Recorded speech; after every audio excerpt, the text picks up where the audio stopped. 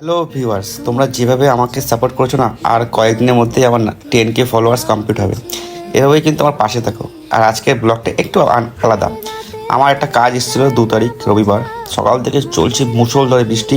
তার মধ্যে যেতে হবে হাবড়া রাজবাড়ি। তার জন্য ট্রেনে না গিয়ে স্কুটি নিয়ে বেরিয়ে পড়লাম কাজের জন্য। যেতে হবে হাবড়া, অনেকটাই রাস্তা। যেতে যেতে না একটা বাজার পড়লো, এত সুন্দর বাজারটা।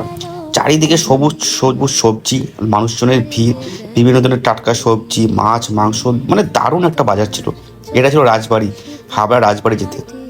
আর আমাদের যেতে হবে 8টার মধ্যে, কারণ পার্টি বাড়ি থেকে আমাদের বলে দিয়েছে 8টার মধ্যে যেতে হবে। তার জন্য আমরা কিন্তু অনেক সকালবেলায় কিন্তু বেরিয়ে এসেছিলাম। আর আস্তে আস্তে রাস্তার পাশে বাজারটা দেখে না আমার সত্যি এত ভালো লাগলো। আর রাস্তাটা এত সুন্দর, সকাল থেকে বৃষ্টি হচ্ছে, এখন একটু পরিষ্কার হয়েছে। আর আকাশটা এত সুন্দর লাগছে। যেতে যেতে না হাবড়ার দিকটা দেখলাম, হাবড়া দিকটা দেখে না মনটা না খুব কষ্ট লাগলো। এই রাস্তাতে কিন্তু আমি বহুবার গেছি, মানে এত দোকানপাট, রাস্তায় লোকজন, মানুষজন, এখন পুরো শেষ। মানে সত্যি ভাবলেও খারাপ লাগে এই মানুষগুলোর অবস্থা দেখে, যারা এত বছর ধরে দোকানদারি করে এসছে, আজকে তারা কোথায় আছে, কীভাবে জীবনযাপন করছে জানি না। বাট সরকার যা চায় তাই তো করবেই, কারণ উন্নয়নের দিকে তো আমার যেতেই হবে। তো আশা করি কিছু খারাপ হলে তা অবশ্যই কিছু ভালো হবে, এটাই আমরা আশাবাদী। আর হাবড়ায় চলে আসলাম, যেতে যেতে বিয়েবাড়ির কাজ শুরু হয়ে গেলো। তখন প্রায় 12টা বেজে গেছে। আর সকাল থেকে বোরিং হচ্ছিল, মানে এত সকালে আমরা চলে এসেছি। আর এখানে বৃদ্ধির কাজ শুরু হয়েছে সে 12টার পর থেকে। সকাল থেকে এখনও কিছু খাওয়াও হয়নি। এদিকে বৃষ্টি হচ্ছে, যে বেরিয়ে কিছু খাবো তারও আমরা সুযোগ পাইনি।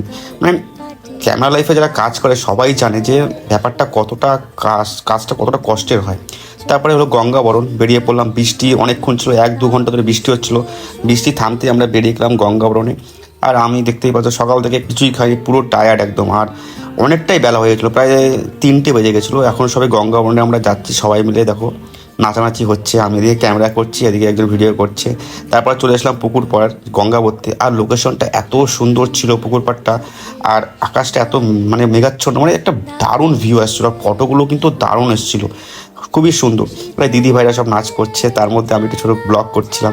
তা করতে করতে প্রায় 3:30-4টে বেজে গেলো। তাই ছেলের সিঙ্গেল শ্যুট এখনও হয়নি, বৃষ্টির জন্য। ওয়েদার এতটাই খারাপ ছিল যে আমি ছেলেকে নিয়ে বেরোবো সেইটুক পর্যন্ত সময় পাইনি। করতে করতে প্রায় 4টে বেজে গেছিলো। আর খিদে পেয়ে গেছিলো। আর হাবড়ায় দাদা আমেরিকান দাদার বিরিয়ানি তো আছেই, চলে পড়লাম 2 বন্ধু মিলে আমেরিকান দাদার বিরিয়ানি খেতে। বাস সেইটুকুই আজকের ব্লগটা।